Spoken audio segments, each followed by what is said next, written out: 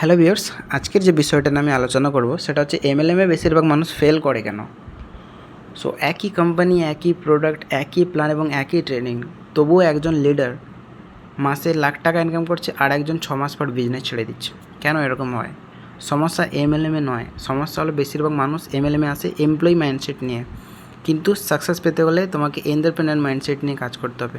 তো আমি আজকের আপনাদের বলবো এমএলএমে মানুষ ফেল হওয়ার এমন কিছু কারণ যেগুলো নিয়ে খুব কম মানুষ কথা বলে। তো ফেল করার 1 নম্বর পয়েন্ট সেটা হচ্ছে এমএলএমকে বিজনেস নয় ইভেন্ট মনে করে। অনেকেই জয়েন করার দিন খুব এক্সাইটেড থাকে, ডিপি চেঞ্জ করে দেয়, স্ট্যাটাস আপডেট করে, সোশ্যাল মিডিয়া পোস্ট করে দেয়, সব কিছুই শুরু হয়, কিন্তু 15 দিন পর এক্সাইটমেন্ট শেষ, কারণ বিজনেস তখনও শুরুই হয়নি। তো রিয়েলিটি কি, এমএলএম কোনো ইভেন্ট নয়, এটা একটা লং টার্ম বিজনেস। তো ফেল করার নাম্বার 2 পয়েন্ট, ইনকামের প্রেমে পড়ে, তারা প্রসেসের প্রেমে পড়ে না। সবাই ইনকাম দেখে জয়েন করে, কিন্তু সাকসেস আছে daily prospecting, daily learning, daily follow আপস, ডেলি পার্সোনাল ডেভেলপমেন্ট থেকে।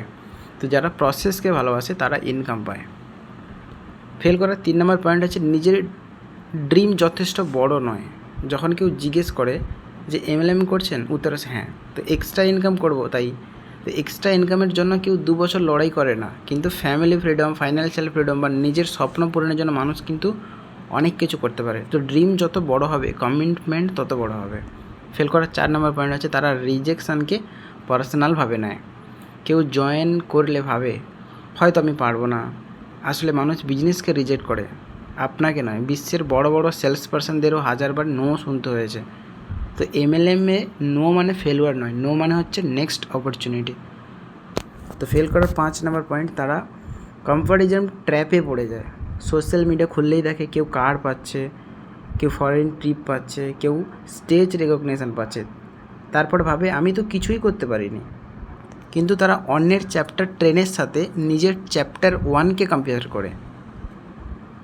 তো ফেল হওয়ার 6 নম্বর পয়েন্ট, স্কিলের চেয়ে লাকের ওপর বেশি ভরসা করে। অনেকেই ভাবে ভালো কয়েকজন জয়েন হলেই সাকসেস হয়ে যাবে, কিন্তু রিয়েলিটি হলো নেটওয়ার্ক মার্কেটিংয়ে লাক নয়, স্কিল পে করে। যাদের কমিউনিকেশানস ভালো, লিডারশিপ ভালো, রিলেশনশিপ ভালো, তারাই কিন্তু জিতবে। ফেল হওয়ার 7 নম্বর পয়েন্ট সেটা হচ্ছে তারা কাজের চেয়ে এক্সকিউজ বেশি খোঁজে। সবসময় কিছু না কারণ থাকবে, সময় নেই, সাপোর্ট নেই, টিম নেই, প্রসপেক্ট নেই। কিন্তু সাকসেসফুল মানুষ সিচুয়েশান নয়, সলিউশানকে খোঁজে। তো ফেল মানুষ রিজন খোঁজে এবং সাকসেসফুল মানুষ সলিউশন খোঁজে। এবং 8 নম্বর পয়েন্ট আমি যদি বলি যে তারা পার্সোনাল ডেভেলপমেন্টকে ইগনোর করে। এমএলএমের সবচেয়ে বড় প্রোডাক্ট হচ্ছে প্রোডাক্ট নয়, সবচেয়ে বড় প্রোডাক্ট হচ্ছে আপনি নিজেই। আপনি যখন গ্রো করবেন, আপনার ইনকাম তত গ্রো করবে। 9 নম্বর পয়েন্ট, যে শর্ট টার্ম পেন সহ্য করতে না পারা। সাকসেসের আগে আসে রিজেকশান, ক্রিটিসিজম, ফেলওয়ার, ডাউট। এই স্টেজ যারা পার করে তারাই কিন্তু একটা টাইমে গিয়ে লিডার হতে পারে। তো বেশিরভাগ মানুষ মাঝপথে ছেড়ে দেয়, তাই তারা রেজাল্ট দেখতে পায় না। তো এমএলএম মানুষ ফেল করার কারণ কোম্পানি খারাপ নয়, এমএলএম ফেল করার কারণ হচ্ছে তারা সাকসেস পাওয়ার আগেই কুইট করে দেয়। তো মনে রাখবেন যে এমএলএম হলো এমন একটা বিজনেস যেখানে প্রথমে আপনাকে কষ্ট করতে হবে, পরে কিন্তু আপনি ইনকাম পাবেন।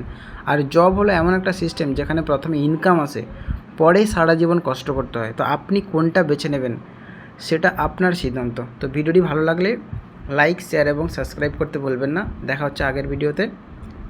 চলো।